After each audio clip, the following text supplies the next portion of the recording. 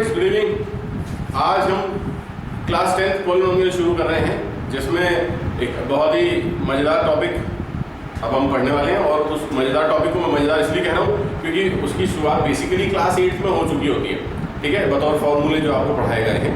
लेकिन class 10th में जब वो बच्चा आता है और उन्हें 22 वर्ष उन्हीं फॉर्मूले को यूज़ करने की ज़रूरत पड़ती है ना, तो वो बहुत बेचारा परेशान होता है कि यार इनको कैसे बिल्ड किया जाए। और अक्सर जो कॉन्सेप्ट आज हम पढ़ने वाले हैं, इस कॉन्सेप्ट पे बेस्ड क्वेश्चन जब बच्चों को करने पड़ते हैं तो वो काफ़ी परेशान होते हैं। तो गाइस, पहले मैं आपको कुछ बेसिक डिटेल्स दे देता हूँ, उसके बाद हम क्वेश्चंस के बारे में बात करते हैं ना।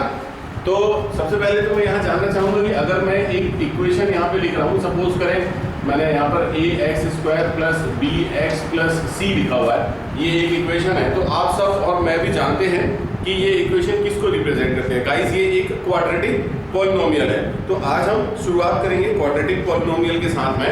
सपोज करो इसका कुछ नेमिंग हम कर लेते हैं, fx = ax² plus bx plus c। आप चाहें तो मैं यहाँ पर इसको नेमिंग कर देता हूँ क्वाड्रेटिक पॉलिनोमियल, ठीक है। अब क्वाड्रेटिक पॉलिनोमियल जब हम पढ़ना स्टार्ट करते हैं तो हमें पता कैसे चला कि ये क्वाड्रेटिक पॉलिनोमियल है, तो हमें मालूम चला इसकी पावर से। हमने पहले भी बात करी हुई है, जब पावर 2 होती है तो हम उसको नेमिंग करते हैं क्वाड्रेटिक पॉलिनोमियल। तो ये क्वाड्रेटिक पॉलिनोमियल, ठीक है। अब क्वाड्रेटिक है तो हमारे पास रूट्स की बात की हमने भी कर चुके, रूट्स के बारे में भी हम ये वर्ड यूज कर चुके हैं, या जीरोस जिसको हम कहते हैं। तो इस गिवन इक्वेशन के कितने जीरोस या कितने रूट्स निकल के आने वाले हैं, तो हम पहले से जानते हैं कि सर 2 रूट्स इसके होने वाले हैं डेफिनेटली। तो आज हम उन्हीं दोनों रूट्स के बारे में बात करेंगे, उन दोनों रूट्स के बीच में रिलेशन के बारे में बात करेंगे, और इक्वेशन से हम उनको कैसे हेल्प ले सकते हैं उन रूट्स के बारे में, वो आज हम बात करेंगे। तो गाइस, होता यूं है कि इक्वेशन के जो 2 रूट हैं, अगर आपको इक्वेशन पता है तो रूट्स निकालना सीखना होता है, जीरोस निकालना सीखना होता है। और अगर आपको जीरोस पता है तो वापस वाइस वर्सा आप इक्वेशंस फॉर्म कर सकते हैं। ये हमें बात करनी है। तो सपोज करते हैं जब हमने स्टैंडर्ड फॉर्म इक्वेशन ले रखी है, तो let alpha and beta are the zeros.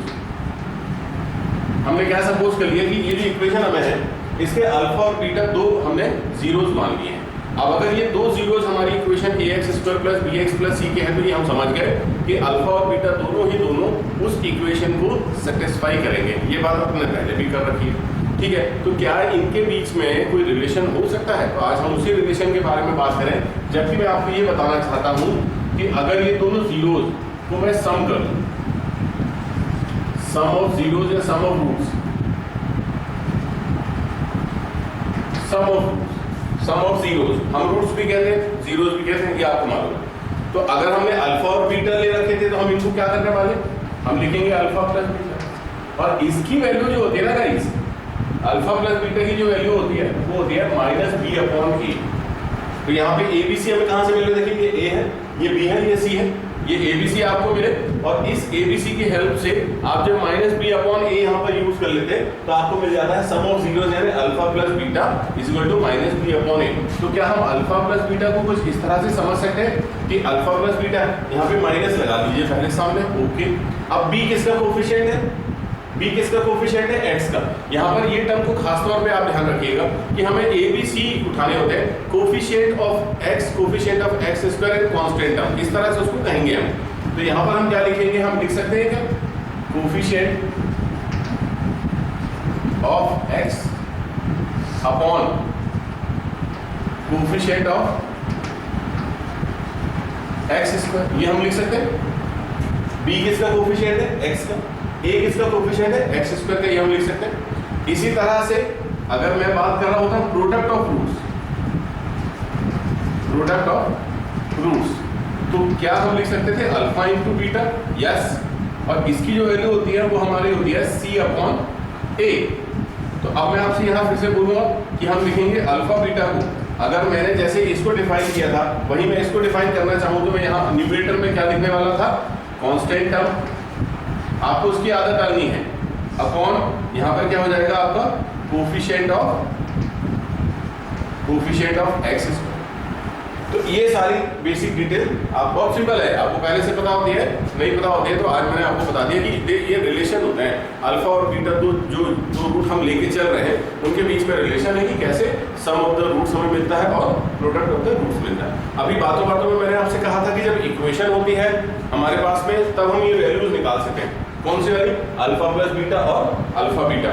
लेकिन अगर आपके पास रूट्स होते हैं तो फिर हम इक्वेशन कैसे बना सकते हैं, अभी हम ये देखेंगे। अगर हमारे पास रूट्स हैं, सपोज करते हैं उल्टा बात करेंगे, let alpha and beta be the roots of an equation, ठीक है ना, of an equation, then find the equation, find the equation. ऐसा मान लीजिए हमने अपनी तरफ से एक क्वेश्चन बना दिया समझने के लिए। तो हमें क्या मालूम है, हमें मालूम है अल्फा और बीटा दो रूट्स हैं। अच्छा, पहले से हम ये जानते हैं, अभी हमने पढ़ा देंगे, हमें मालूम है, यहाँ सॉल्यूशन की तरफ चलते हैं और आप यहाँ चाहें तो लिख दें, we know that, what do you know, you know that alpha plus beta की वैल्यू कितनी होती है, वो होती है minus B upon A, and alpha beta की वैल्यू क्या होती है, ये होती है सी अपॉन ए। ये भी आपने सीखा है। यहाँ पर हमें आपको एक टर्म बताता हूँ जिसमें आप इक्वेशन बनाना सीखेंगे, वो होगी X square minus in bracket sum of roots, sum of roots आप यहां पे ले लेते हैं into X plus product of roots. क्या किया गाइस हमने, इक्वल्स टू 0। क्या किया, एक्स स्क्वायर, यहां पे माइनस है, ये ध्यान रखिएगा, X square minus sum of roots into X and then product of roots equals to 0। Suppose करो हमने ये लिख दिया। अब हमारी जो वैल्यूज है, X square minus sum of roots क्या होता है, तो आपको मालूम है minus B upon A into X plus product of roots क्या होता है, C upon A equals to 0।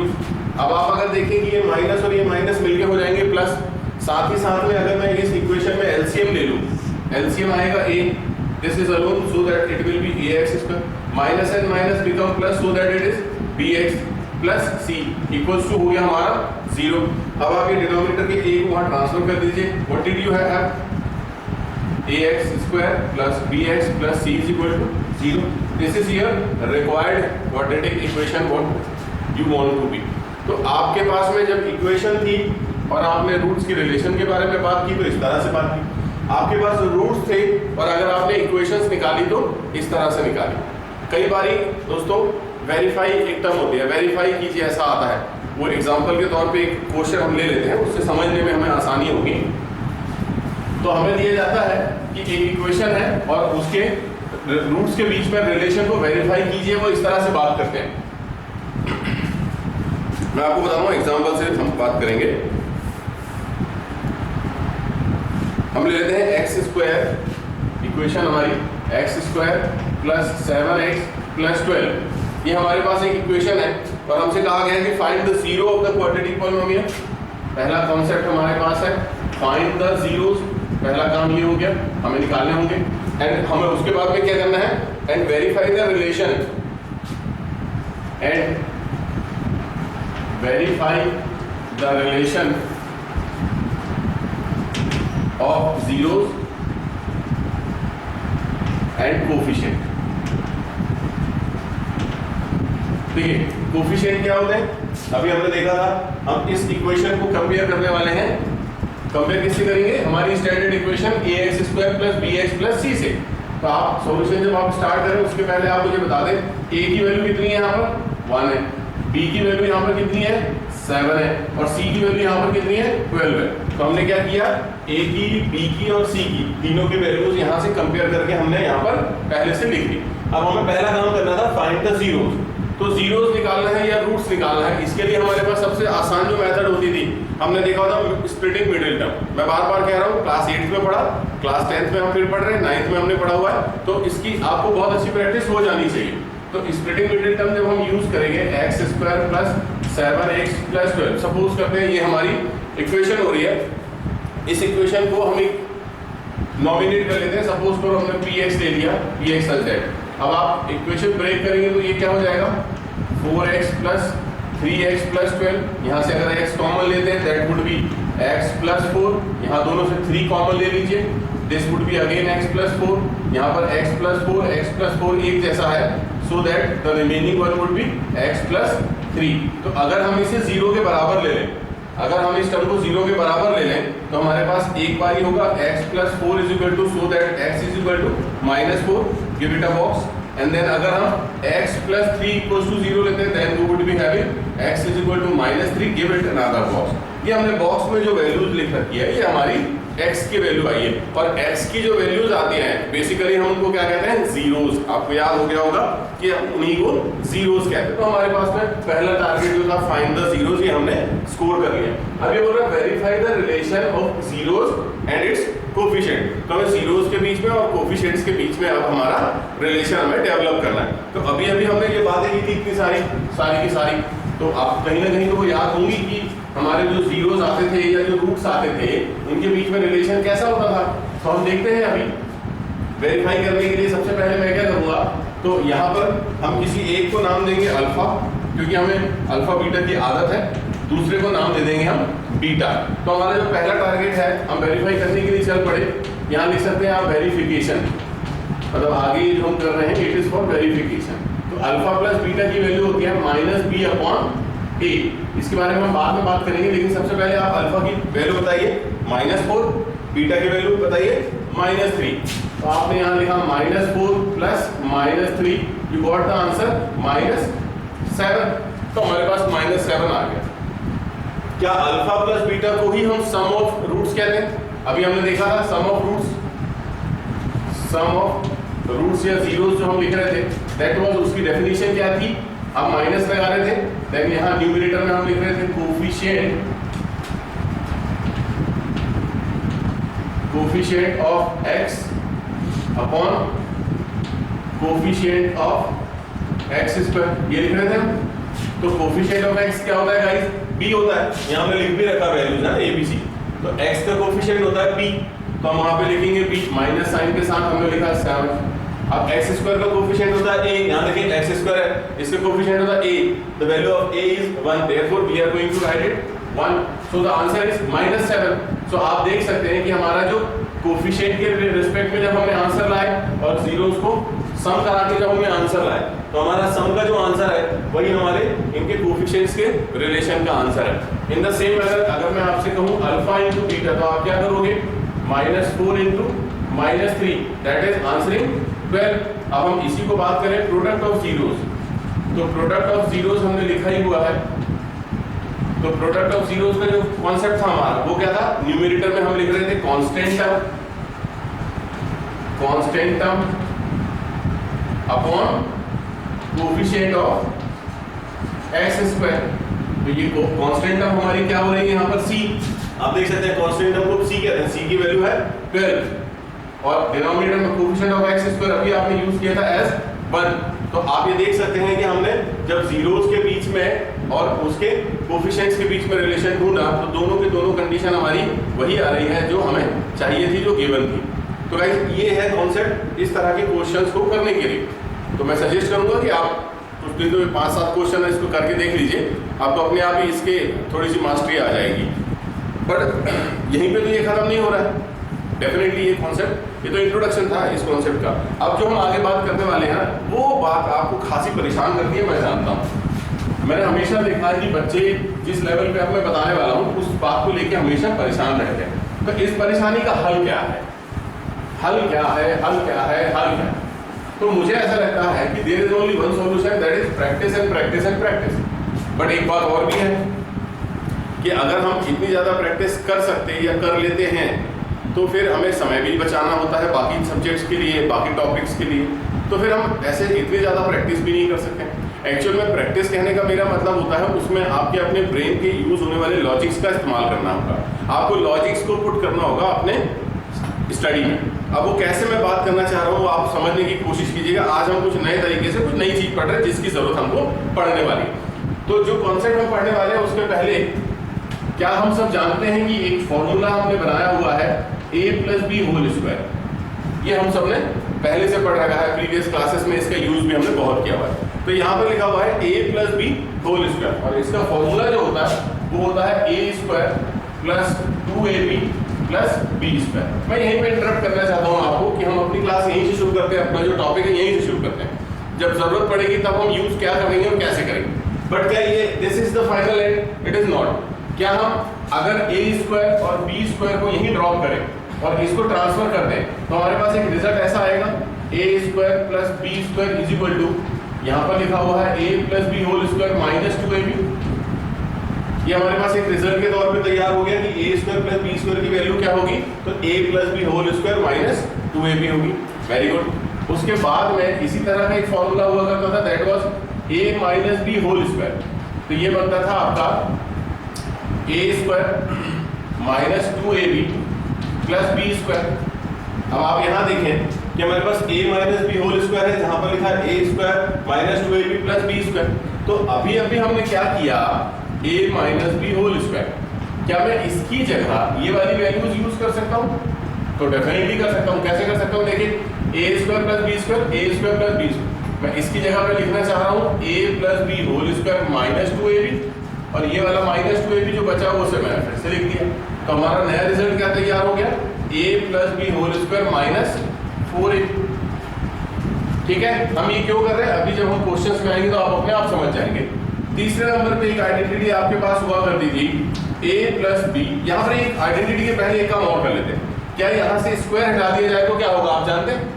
अगर लेफ्ट वाली जो साइड है यहाँ से मैं स्क्वायर हटा दूं तो क्या रिजल्ट बनने वाला है, a minus B whole square is equal to, यहाँ रूट के अंदर में क्या हो जाएगा, a plus B whole square minus 4ab। ठीक है, अभी क्यों किया अभी आप देखिएगा, आप समझेंगे। थर्ड नंबर पे मैं बात करना चाह रहा था a square minus D square को लेके। तो हमारी इसकी आइडेंटिटी क्या होती है गाइस, a प्लस बी होती है और in other bracket a minus B होती है। तो ये जो a, सॉरी यहाँ से स्क्वायर डाल रहा है ना, सॉरी स्क्वायर डाल। अब ये a माइनस बी की जो वैल्यू निकली है वो इसकी जगह पे रख सकते हैं अपन। तो अगर हमारे पास है a square minus B square, तो फिर हमारे पास है a plus B into root के अंदर में ये सारी की सारी value, that is a plus B whole square minus 4ab। ये बेसिक फंडा है। ये एक्चुअल में मैंने बताया इसलिए क्योंकि जनरल वे में बात करी जाए तो आपने ये तीन बेसिक आइडेंटिटीज पढ़ रखी है, 1, 2 और ये 3। These three identities have been taught by your teacher in your previous classes. But instead of that, आप जब इस एक्सरसाइज में आएंगे, क्वाड्रेटिक इक्वेशन से रिलेटेड क्वेश्चंस अभी करने वाले हैं हम, उन क्वेश्चंस को करते वक्त हमें इनमें से बहुत सारी चीज़ों की जरूरत पड़ती है।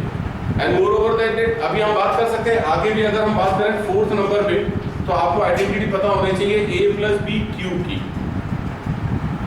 ये क्या होती है, a cube plus 3ab, a plus B plus B. अब अगर मैं इसी की हेल्प से आपको ये सिखाना चाहूँ कि find the value of a cube plus b cube, then आप क्या करने वाले हैं, आप लिखेंगे a plus B whole cube minus 3ab a plus b। इसी तरह से आप बना सकते हैं a minus B whole cube. तो आइडेंटिटीज को ब्रेक करके नए तौर पे बनाना ये आपको आना चाहिए। आपने पहले वाले सेक्शन, एक ट्रिग्नोमेट्री सेक्शन है, उसमें भी आपने देखा था कि हम बेसिक आइडेंटिटीज को बहुत सारे घुमा के नई नई आइडेंटिटीज में कन्वर्ट कर चुके हैं। तो गाइस इसकी आदत आपको हमेशा रहनी चाहिए। हमेशा रिजल्ट ये नहीं मानना कि यही फाइनल है, इसके अलावा कुछ नहीं होता, बहुत कुछ होता है, वो आप देख ही रहे। अब एक्चुअल में ये सब बातें मैं आपसे कह क्यों रहा हूँ ये हम बात कर लेते हैं। जैसे हमने के एग्जांपल के तौर पे फिर से इक्वेशन ले लेते हैं और उस इक्वेशन में हमसे फाइंड करने कहा गया है उसके बारे में हम बात करते हैं, ठीक है ना। तो मेरी इक्वेशन जो हो रही है वो है X square minus X square minus X minus 2। ये मैंने इक्वेशन ले लेना है F X is equal to X square minus X plus minus 2 मैंने ले लिया। अब मुझे कुछ चीजें टर्म्स निकालनी है। जैसे पहले नंबर पे मैं यहाँ लिख रहा हूँ फाइंड। अब हम कैसे करेंगे वो हमें देखना, ठीक है। पहला हमें निकालने कहा गया है अल्फा प्लस बीटा। बहुत आसान है, बहुत आसान है। अभी हमने निकाला था ना अल्फा प्लस बीटा, अरे माइनस बी अपॉन है, बहुत इजीली निकल गया, ठीक है। हमें दूसरे नंबर पे कहा जा रहा है निकालिए alpha minus beta. Alpha minus beta ये हम कैसे निकालने वाले हैं। अल्फा माइनस बीटा सर आपने दो बातें बताई, या तो सम ऑफ रूट्स बताया है या प्रोडक्ट ऑफ रूट्स बताया है। ये डिफरेंस ऑफ रूट्स तो हमने बात ही नहीं करी। ओके गाइस, अब हमें निकालना है थर्ड नंबर पे alpha square minus beta square. Sir ये भी नहीं बताया, वेरी गुड, मैं जानता हूँ मैंने क्या नहीं बताया। देन हम फोर्थ नंबर पे निकालने वाले हैं 1 upon alpha minus 1 upon beta. देखिए चीजें मुश्किल होती चली जा रही है गाइस, चीजें मुश्किल होती चली जा रही है। 5th नंबर पे हम निकाल सकते हैं इस तरह से लिख सकते हैं 1 upon alpha square minus 1 upon plus करते हैं इस पर 1 upon alpha square plus 1 upon beta square, इस तरह की टर्म हमें निकाली। और भी हम निकाल सकते हैं जिसमें कि हम बात करेंगे 6 नंबर पे 2 alpha plus 1 and 2 beta plus 1। अगर ये हमें इनटू कर लेंगे, इसको हम इसको इनटू कर लेते हैं, इसकी वैल्यू निकालनी है हमें 2 alpha plus 1 into 2 beta plus 1। इस तरह के नए नए टर्म्स, नए नए क्वेश्चंस बहुत सारे बन सकते हैं और हम बहुत सारे क्वेश्चंस को निकालना सीख सकते हैं। तो गाइस हम लाइन से शुरू कर रहे हैं, एक के बाद एक मैं आपको सिखाता हूं कि किस तरह से निकाला जाता है। तो पहले नंबर पे हमारे पास है अल्फा प्लस बीटा। तो अल्फा प्लस बीटा आपको इनिशियली मालूम है माइनस बी अपॉन ए होता है। यहाँ पर बी की वैल्यू क्या हो रही है, ये माइनस सामने है, b की वैल्यू है -1 अपॉन a की वैल्यू है 1। So my final answer is 1। तो अल्फा प्लस बीटा की वैल्यू मैंने निकाली 1। लेकिन जब दूसरे नंबर पे हम चलते हैं that is alpha minus beta. तो अल्फा माइनस बीटा निकालने के लिए मेरे पास कोई डायरेक्ट मेथड नहीं है, जैसा कि मैंने यहाँ पे यूज कर लिया, ऐसी कोई मेथड नहीं। तो फिर क्या होता है, यहाँ पर ये सब चीजें बताने का कारण हमको हम बता दें कि क्वाड्रेटिक इक्वेशन के रिस्पेक्ट में सिर्फ 2 जानकारियां आपको दी जाती हैं। पहली होती है सम ऑफ रूट्स, दूसरी होती है प्रोडक्ट ऑफ रूट्स। तो जब भी आप क्वेश्चंस को डील करते हैं, क्वेश्चंस को सॉल्व कर रहे होते हैं, तो आपके पास सिर्फ ये 2 जानकारियां होती हैं, 2 डिटेल आपको मालूम है, 2 बेसिक आपको मालूम है, इधर अल्फा प्लस बीटा और अल्फा इंटू बीटा। तो जब ये सिर्फ 2 ही बातें हमें मालूम है, तो जब क्वेश्चन को हम सॉल्व करेंगे तो हम इन दोनों में से किसी को यूज कर सकते हैं या दोनों को यूज कर सकते हैं। बट यहाँ निकालने के लिए जब हमसे कहा जाता है तो हमसे तो कहा गया अल्फा माइनस बीटा निकालिए। तो फिर करना क्या है आपको, ये जो डिटेल आपने बनाई हुई है, ये आपको सबको बनाना है अपनी कॉपी में, बार बार बनाना है ताकि आप समझ सकें। तो अल्फा माइनस बीटा अगर मैं ढूंढने चलता हूँ, देखिए मुझे यहाँ कुछ ऐसा मिल रहा है। तो जब मेरे पास a माइनस बी था तो मैं उसे लिख पा रहा था रूट के अंदर में कुछ इस तरह से। तो जब मेरे पास अल्फा माइनस बीटा है तो मैं क्या इसे रूट के अंदर में कुछ इस तरह से लिख सकता हूँ, alpha plus beta whole square minus 4 alpha beta. देखिए एक बात मैं बता दूं भाई, सॉल्विंग द क्वेश्चन सॉल्व करते समय अगर आपको ये याद रह गया कि ये ऐसा होता है तो ठीक है, अगर नहीं याद रहेगा तो आप क्या करोगे, ये मैंने आपको मेथड सिखाया कि किस तरह से हम इनकी वैल्यूज को ट्रांसफॉर्म करते हैं। तो आप ये ट्रांसफॉर्मेशन, इसलिए मैं बोल रहा हूँ बार बार कीजिएगा, आपको बिल्कुल समझ में आ जाएगा कि कैसे करना है। अब हम यहाँ क्या कर सकते हैं, तो गाइस सम ऑफ रूट्स आया अल्फा प्लस बीटा। तो अल्फा प्लस बीटा की वैल्यू क्या आई थी हमारी 1, तो मैंने लिख दिया 1 का square minus 4 into alpha beta. तो 4 एंड प्रोडक्ट ऑफ रूट्स की अगर हम बात करते हैं तो होती है c अपॉन a। तो c की वैल्यू कितनी है, -2 अपॉन 1। तो यहाँ पे मैं लिख रहा हूँ -2 अपॉन 1। तो आप यहाँ ध्यान से देखें, ये माइनस और ये माइनस मिल गया, हो गया प्लस। तो हमारी वैल्यू कितनी बन गई यहाँ पर रूट के अंदर में 1 प्लस 8 मीन्स 9। 9 का मतलब क्या हुआ, अल्फा माइनस बीटा की जो वैल्यू कितनी आ गई 3। Got it. देखिए अब तो सिंपल लगने लगा होगा कि सर ये तो बहुत इजी है। दूसरे नंबर पे मैं आपको एक बता दूं, कई बार बच्चे मुझसे सवाल करते हैं कि सर ये तो सीधा साधा दिख रहा था, ये तो सिंपल दिख रहा था तो आपने कर लिया। अरे सारे सिंपल है यार, alpha square minus beta square. देखिए थर्ड वाला देखिए alpha square minus beta square. तो आपको थोड़ा पता है alpha square minus beta square क्या होता है, तो पर आपको ये तो पता है ना कि alpha square minus beta square की आइडेंटिटी है alpha plus beta into alpha minus beta. ये आइडेंटिटी है, आपको मालूम है। तो देखिए अल्फा प्लस बीटा की वैल्यू आपको पता है, यस पता है। क्या पता है 1। अल्फा माइनस बीटा की वैल्यू आपको पता है 3, बिल्कुल पता है 3। तो the final answer is 3। Simple है। तो सर हम यही तो कह रहे थे कि ये बेसिक है ना, ये तो आपको बन गए, हमको भी बन जाएंगे। आप तो ये वाला करके बताइए, फोर्थ वाला। ये फोर्थ वाला हमको बहुत परेशान करता है। चलिए देखते हैं फोर्थ वाले में क्या परेशानी है भाई। यहाँ पे लिखा है 1 upon alpha minus 1 upon beta. तो गाइस जब मैं क्लासेस लेता हूँ रेगुलरली, आपको मालूम है कि मैं आपसे कहता हूँ कि मैथ्स हमेशा हमसे बात करती है। मैथ्स बात क्या करती है, जो आप पहले से सीख के चले आ रहे हैं ना, वो आपके पास है कि नहीं वो चेक करते रहती है। जैसे ये जो इक्वेशन लिखी है यहाँ पर आप देखिए 1 upon alpha minus 1 upon beta, ये लिखा हुआ है। अब आप बताइए, आपको तो कुछ नहीं पता, तो आप इसमें कुछ तो कर पाओगे।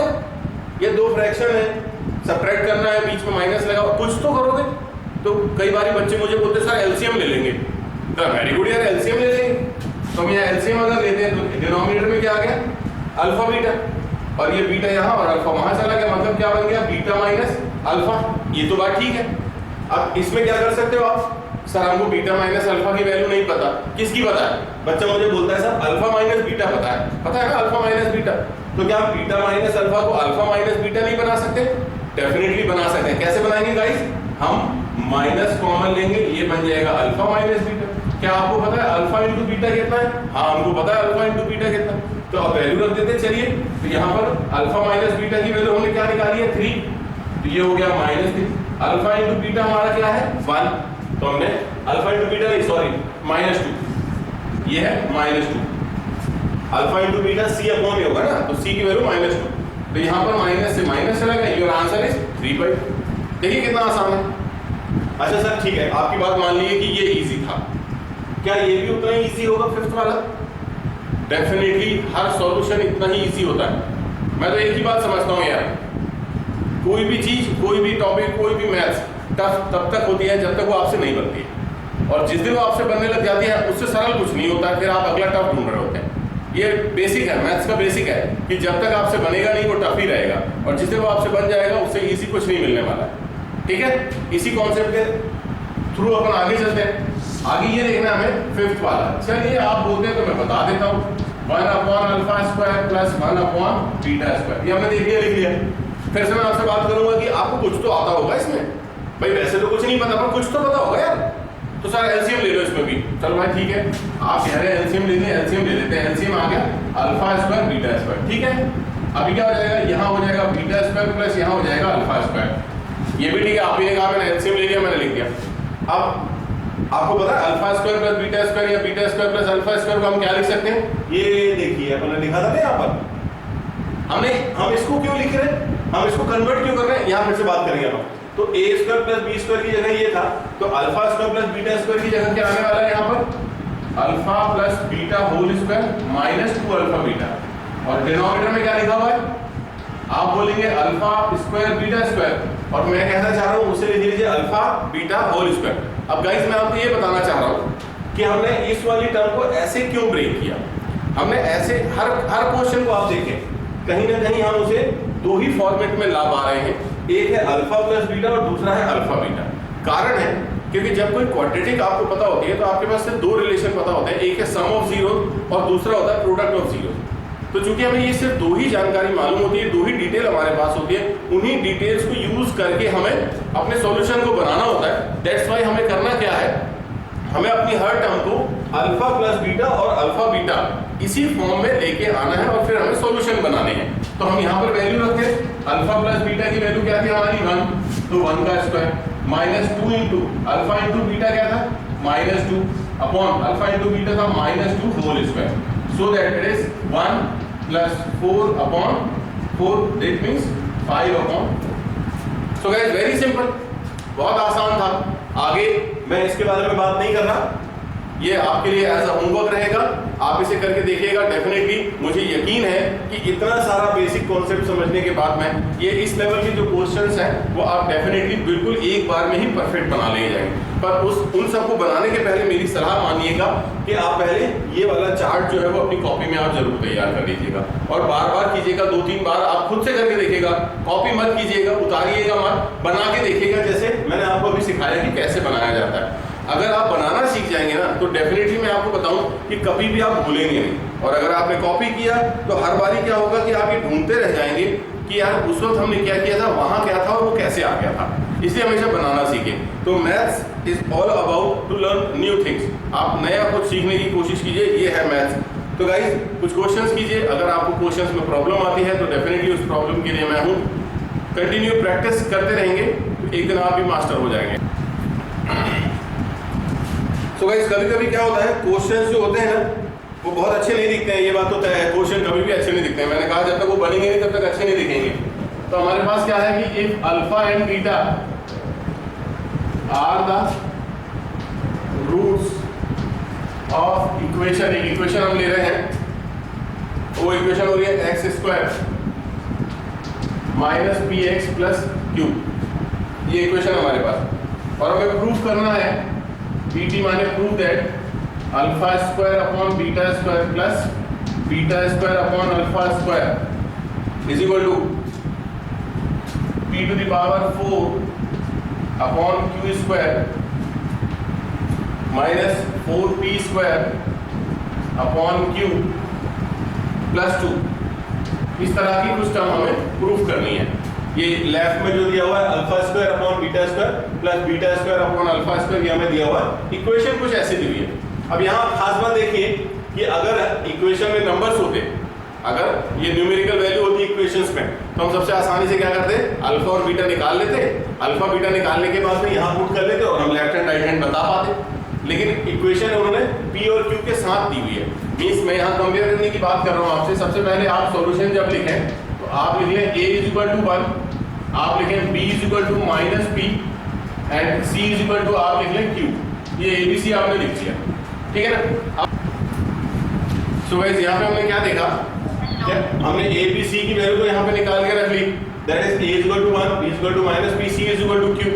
अब हमें निकालना ये है, आप देखिए alpha square upon beta square upon alpha square, ये वैल्यू हमें फाइंड आउट करनी है और that must be equal to something like this. तो हम यहीं से शुरू करते हैं, alpha square upon beta square plus beta square upon alpha square. अभी मैं आपसे बात कर रहा था कि कई बार जब सॉल्यूशन में हमें समझ में नहीं आए कि क्या करना है, फिर से कई बार जब हमें सॉल्यूशन में ये समझ में नहीं आए कि करना क्या है, उस समय वो करो जो बेसिक मैथ्स कहती है। तो यहाँ पर बेसिक मैथ्स हमें कहती है कि साथ एलसीएम ले लेते हैं। That is alpha square beta square. देखिए both the denominator are different, तो यहाँ पे हम directly alpha square beta square LCM ले लेंगे। ये अल्फा स्क्वायर यहाँ जाएगा तो क्या बनेगा, alpha to the power 4 plus यहाँ बनेगा बीटा टू द पावर 4। अब यहाँ पर सर जो अभी आपने चार्ट हमको बना के बताए थे उसमें तो कहीं से भी हमने अल्फा 4 और बीटा 4 जैसे कोई टर्म हमने पढ़ी नहीं, देखी नहीं। तो फिर सर इस क्वेश्चन में अब हम क्या करने वाले हैं, तो गाइस इस क्वेश्चन में हम वापस से वही सब बनाने देखने वाले हैं। ये क्वेश्चन मेरा बताने का कारण यही था क्योंकि उस चार्ट में ऐसी कोई भी चीज नहीं थी, तो फिर ये आएगी कहाँ से। तो हम फिर से वहीं से शुरू कर रहे हैं। मैं a और b के साथ चलूंगा। सपोज करते हैं a plus B whole square हमारे पास था a square plus B square plus 2ab, जहां से हमने निकाला था a square plus B square. इसकी वैल्यू हमें मिली थी a plus B whole square minus 2ab। ये हमने पहले भी किया है तो ये बात आपकी समझ में आ जानी चाहिए। लेकिन अगर मैं आपसे कहूं a square plus B square का होल स्क्वायर, ये जो टर्म मेरे पास है इसको मैं होल स्क्वायर कर रहा हूँ, क्यों कर रहा हूँ इसको समझना है। तो इसको अगर हम समझें तो हमें पता चला कि a टू द पावर 4 मतलब क्या हुआ, a स्क्वायर का स्क्वायर प्लस b स्क्वायर का square plus 2a square b square. बात समझ में आई। ये हमने इसको इस तरह से आइडेंटिटी बना लिया। अब देखते हैं ये जो टर्म है, ये दोनों टर्म क्या बन रही है, a to the power 4 plus b to the power 4। अब इसको आप यहाँ ट्रांसफर कर लीजिए। तो ये क्या लिखा हुआ है पहले से, a square plus b square का whole square minus 2a square b square, इस तरह से लिख सकते हैं।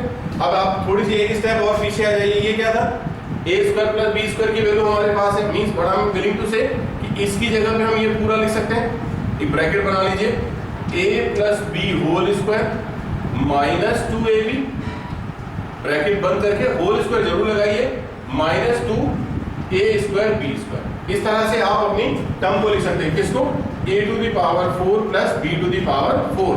अब आप ये देखिए कि ये जो एडजस्टमेंट हमने किया, ये जो सेटलमेंट हमने किया, क्यों किया, क्योंकि हमें चाहिए या तो सम ऑफ रूट्स या हमें चाहिए प्रोडक्ट ऑफ रूट्स, ठीक है ना। तो हमारे पास इससे मिलेगा सम ऑफ रूट्स, इससे मिलेगा प्रोडक्ट ऑफ रूट्स। तो हम क्या लिखेंगे, a square plus a power 4 plus b power 4 की जगह ये सारा। तो जब हमारे पास ये टर्म आई थी, यहाँ पे देखिए आप, ये टर्म आई थी alpha to the power 4 plus beta to the power 4, तो हम इसकी जगह क्या लिख सकते हैं, यहाँ पे चले जाते हैं, इसकी जगह alpha to the power 4 plus beta to the power 4 upon alpha beta whole square. ये होल स्क्वायर बना दिया है, चलेगा। इसकी जगह पे आप ये लिखेंगे, क्या लिखेंगे गाइस, यहाँ पे bracket then alpha plus beta square, ये माइनस 2 अल्फा बीटा, इससे यहाँ से देन होल स्क्वायर, फिर माइनस 2 यहाँ पर आएगा अल्फा बीटा होल स्क्वायर। लिख सकते हैं ना, देखिए a स्क्वायर b स्क्वायर मतलब इसका होल स्क्वायर, तो मैंने वहां पे अल्फा बीटा होल स्क्वायर लिखा और पूरे का फॉर्म में मैंने लिखना है अल्फा बीटा होल स्क्वायर। अब हमें एक काम यहाँ पे छोटा सा करना है, वो ये है कि जो इक्वेशन हमें दी हुई है, ये जो इक्वेशन दी हुई है, इस इक्वेशन से हम कुछ टर्म्स निकालेंगे। फिर से मैं यहाँ लिख देता हूँ आपके लिए, x square minus P x plus Q. तो इसके सम ऑफ द रूट्स यानी अल्फा प्लस बीटा, वो कितना आएगा, माइनस बी अपॉन ए, ऐसा होता है, मीन्स क्या आया p। और अल्फा इंटू बीटा वो कितना होता है c अपॉन a। इसका मतलब क्या आया q। तो ये हमारी दोनों वैल्यू निकल गई, फाइन। उसके बाद में हमें क्या करना है, हम ये वैल्यूज को, ये जो वैल्यूज है यहाँ पर यूज करेंगे। कैसे? अल्फा प्लस बीटा की जगह रख दीजिए p, तो ये हो गया p square minus 2 alpha beta की जगह क्या आएगा 2q, इस पूरे का होल स्क्वायर दिया, ये देखिए यहाँ पे दिया हुआ होल स्क्वायर, ठीक है, माइनस ये हो गया 2q स्क्वायर अपॉन में क्या आ रहा है अपना q स्क्वायर। इतनी बात तो सबकी समझ में आती है। अब चूंकि देखिए आंसर तो हमारा ऐसा नहीं है, तो हम ये जो होल स्क्वायर का फॉर्मूला दिया ना इसे ओपन कर लेते हैं। कैसे ओपन करेंगे? हम इसे करेंगे p to the power 2 to the power 2 ऐसे, minus 2 into P square into 2q plus 2q whole square and here it is 2q square. Denominator में क्या है हमारे पास q स्क्वायर। ओके गाइस, ये क्या बन गया p टू द पावर 4, ये 2 2 4 होता है minus 4 p square q plus ये क्या हो गया 4q square minus 2q square and denominator is having q square as well. अब आप देखें 4q square minus 2q square जो होगा वो क्या बचेगा 2q स्क्वायर। तो आप यहाँ पे लिख लीजिए p to the power 4 minus 4p square q plus 2q square, और इन सब के डिनोमिनेटर में है q स्क्वायर। पर आप यहाँ देखें कि हमारे पास डिनोमिनेटर में सिर्फ और सिर्फ एक सिंगल टर्म है सेपरेटली। तो आपको यहाँ पे क्या करना है, ये जो डिनोमिनेटर है ना इसे आप सेपरेट कर दीजिए सबके साथ। कैसे सेपरेट करेंगे आप? कुछ इस तरह से p to the power 4 upon q square minus यहाँ पर क्या आया 4p square q upon q square, यहाँ पर क्या आया 2q square upon q square. तो q स्क्वायर से q स्क्वायर कैंसिल, एक q से एक q कैंसिल, और यहाँ पर कुछ भी नहीं। तो जब आप जो बचा कुचा लिखेंगे क्या लिखेंगे p to the power 4 upon q square, यहाँ पे देखिए minus 4p square upon q, और यहाँ पे प्लस 2 माने प्लस 2, और इसके बाद आप यहाँ पे क्या लिखेंगे hence proof, HP hence proof. तो ये था गाइस एक अच्छे लेवल का क्वेश्चन जिसे आपको बनाना आना चाहिए। तो मुझे उम्मीद है कि आप प्रैक्टिस करेंगे, बहुत सारी प्रैक्टिस करेंगे, देन आप ऐसे सारे क्वेश्चंस इजीली कर पाएंगे। Thank you very much.